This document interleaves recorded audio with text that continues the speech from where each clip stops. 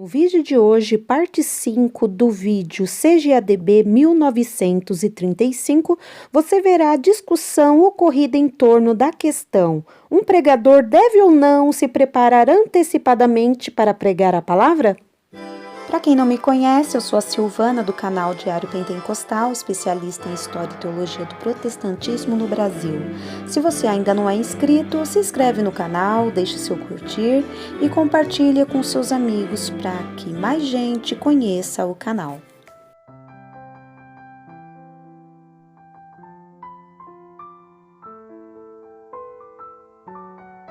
A Quarta Convenção Geral das Assembleias de Deus no Brasil ocorreu em João Pessoa, na Paraíba, entre os dias 7 e 15 de setembro de 1935. Otton Nelson era o presidente e Nils Castberg o vice-presidente. Convenção Geral das Assembleias de Deus. Os dias que passamos em convenção perante o Senhor em João Pessoa foram, na verdade, dias memoráveis. O Senhor nos concedeu grandes bênçãos que certamente nos habilitarão a manejar a palavra da verdade com mais destreza e eficiência nos futuros combates. Os nossos corações ficaram cheios de alegria e temor, de sorte que sentíamos, como nunca, o senso das nossas responsabilidades perante o Senhor. Glória a Jesus! Já têm sido tratadas diversas questões importantes atinentes ao trabalho do Senhor. Deliberaram os convencionais ocupar-se do assunto, doutrina e experiências. Um irmão apresentou a seguinte questão: como se deve dirigir um culto que tenha por alvo ganhar almas para Jesus? Ficamos então despertados neste assunto e chegamos à conclusão de que a maneira de se dirigir um culto tem grande importância para o resultado final. Os hinos devem ser cantados com vida, as pregações devem ser curtas e o dirigente não deve fazer intervalos que possam desviar a atenção dos ouvintes. Também o dirigente deve dar plena liberdade ao Espírito Santo, de forma que o culto não fique adstrito a um pregador humano, mas sim que o verdadeiro lugar seja ocupado pelo Espírito Santo. O dirigente deve ainda instruir os crentes para que estes tenham a máxima reverência ao entrarem na casa do Senhor, pois isso impressiona muitos visitantes. Outro irmão apresentou a seguinte questão: é ou não é necessário que o pregador se prepare de antemão para então dirigir o culto?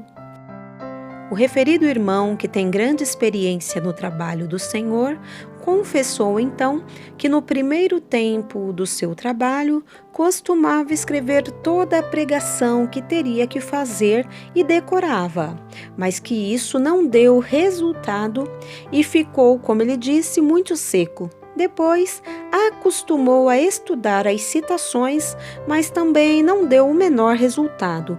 Sentiu-se infeliz. Assistindo, porém, a um culto, o pastor o chamou para dar um testemunho. Ele procurou algumas notas que tinha colocado dentro da Bíblia, mas não as encontrando, quase não pôde dizer nada, pois lhe faltaram as anotações. Contudo, aprendeu a esperar no Senhor e, por isso, hoje ele não precisa mais recorrer a esses expedientes, pois que se prepara orando a Deus, que lhe dá a graça precisa. Glórias a Jesus.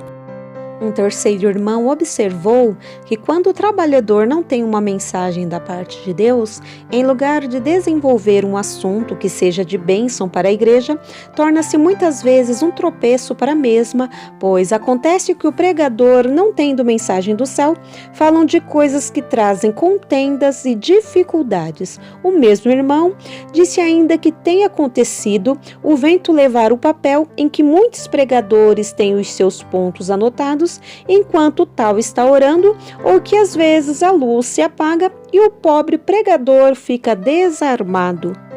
Por este motivo, o único preparo eficaz é aquele que se adquire de joelhos e estudando a palavra de Deus. Paulo disse: a palavra de Cristo habite abundantemente em vós. Sobre os joelhos, adquire-se o material que fica conservado em nossos corações.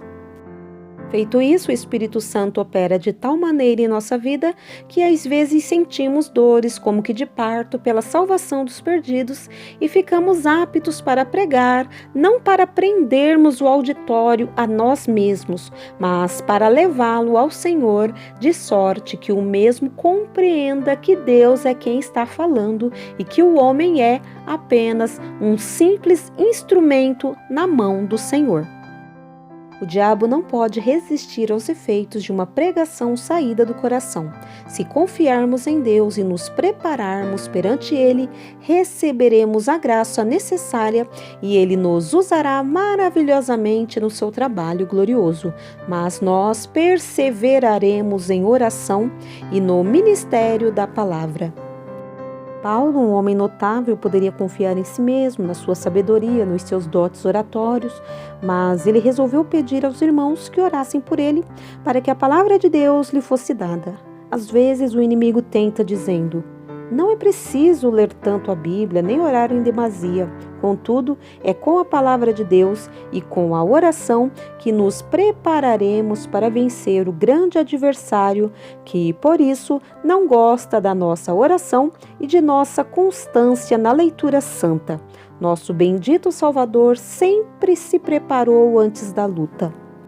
Em Lucas capítulo 6, versículo 12 a 13, lemos que Jesus passou toda uma noite em oração antes de escolher os seus apóstolos. Em Mateus 14, 22 e 25, vemos que ele orou muito antes de ter que andar sobre as águas do mar Tiberíades, depois do que ele também podia transformar as procelas em doce bonança.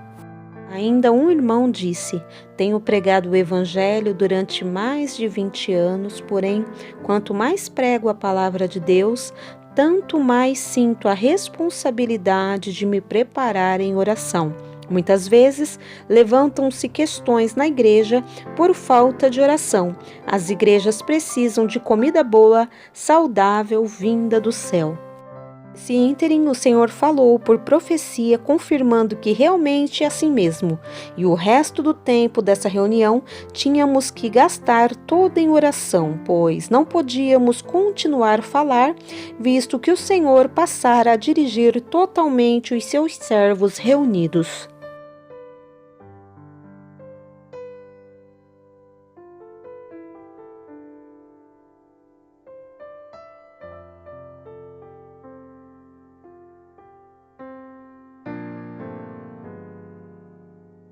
Próximo episódio, parte final da CGADB de 1935, você assistirá às discussões ocorridas nesta convenção, como, por exemplo, partidarismo na igreja, obreiro preguiçoso, o ministro deve ou não ser dizimista e divulgação dos relatórios das finanças da igreja. Não perca!